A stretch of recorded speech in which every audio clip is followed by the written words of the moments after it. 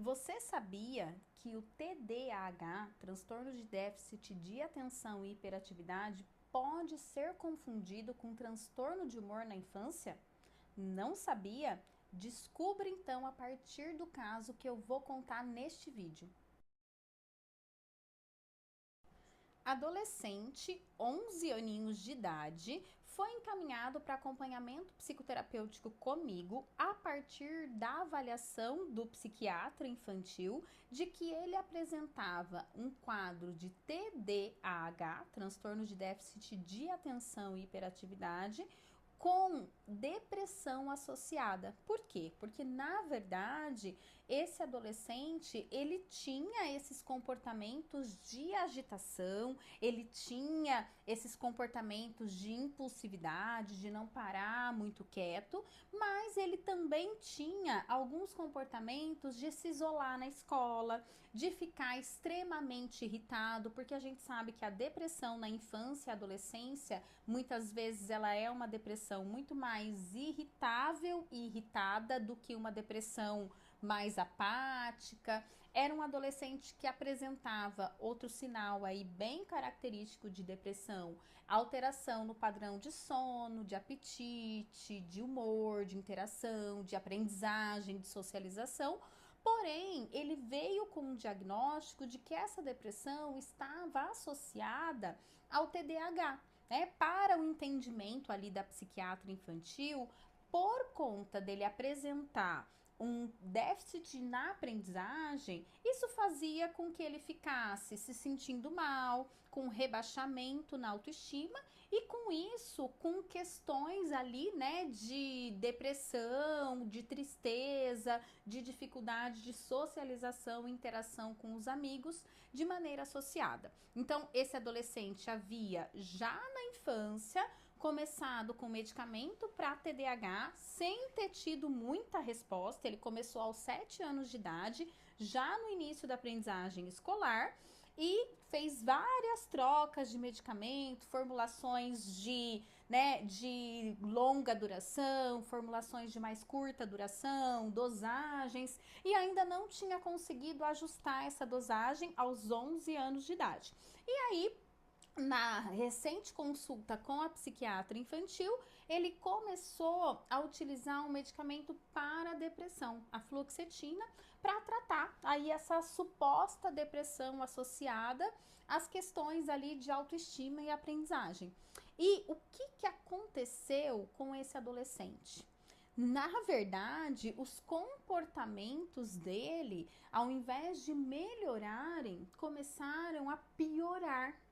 Porque isso é fato, quando a gente tem um caso de transtorno bipolar, os medicamentos para a depressão, eles começam a tornar o caso ainda mais intenso, ainda mais complexo. Então, com o medicamento para depressão, essa agitação desse adolescente, os comportamentos desafiadores começaram, e até mesmo o quadro clínico dele, psicológico ali, emocional, começaram a se tornar cada vez mais complexos. E aí, na conversa com essa psiquiatra, comecei a fazer esse acompanhamento na troca, na conversa com essa psiquiatra, porque sim, isso é fundamental, acompanhamento multiprofissional. A gente precisa sim atender o nosso adolescente, a nossa criança no consultório, mas a gente precisa extrapolar as nossas 4 paredes da nossa sala. A gente precisa falar com escola, a gente precisa falar com psiquiatra, com fonoaudiólogo, com quaisquer outros profissionais que atendam essa criança ou adolescente, para que a gente possa ter um melhor cenário do quadro.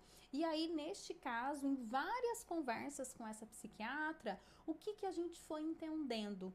Que na verdade toda essa agitação, toda essa hiperatividade, toda essa impulsividade que ele apresentava desde criança não era exatamente relacionada a um quadro de TDAH, mas era justamente os episódios de mania. Porque quando a gente fala do transtorno bipolar, nós temos episódios de mania alternados com episódios de depressão.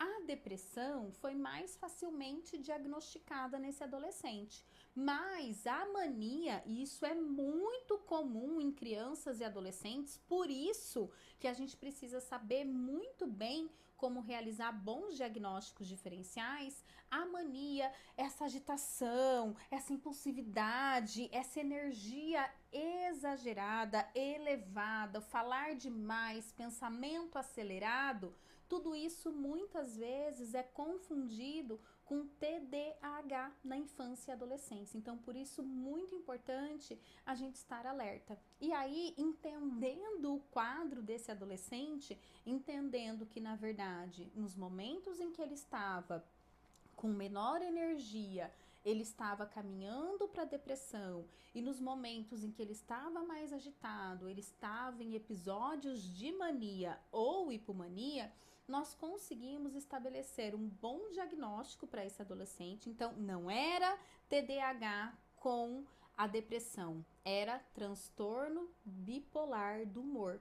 E aí, estabelecendo um bom diagnóstico, estabelecendo um medicamento muito mais adequado a esse caso, e principalmente as terapêuticas ali, o acompanhamento no consultório para que ele conseguisse perceber essas oscilações de humor e lidar com essas oscilações, a gente conseguiu um ótimo prognóstico para esse caso. O adolescente conseguiu ir bem na escola, fazer bons amigos e se ajustar muito mais à vida e à dinâmica familiar.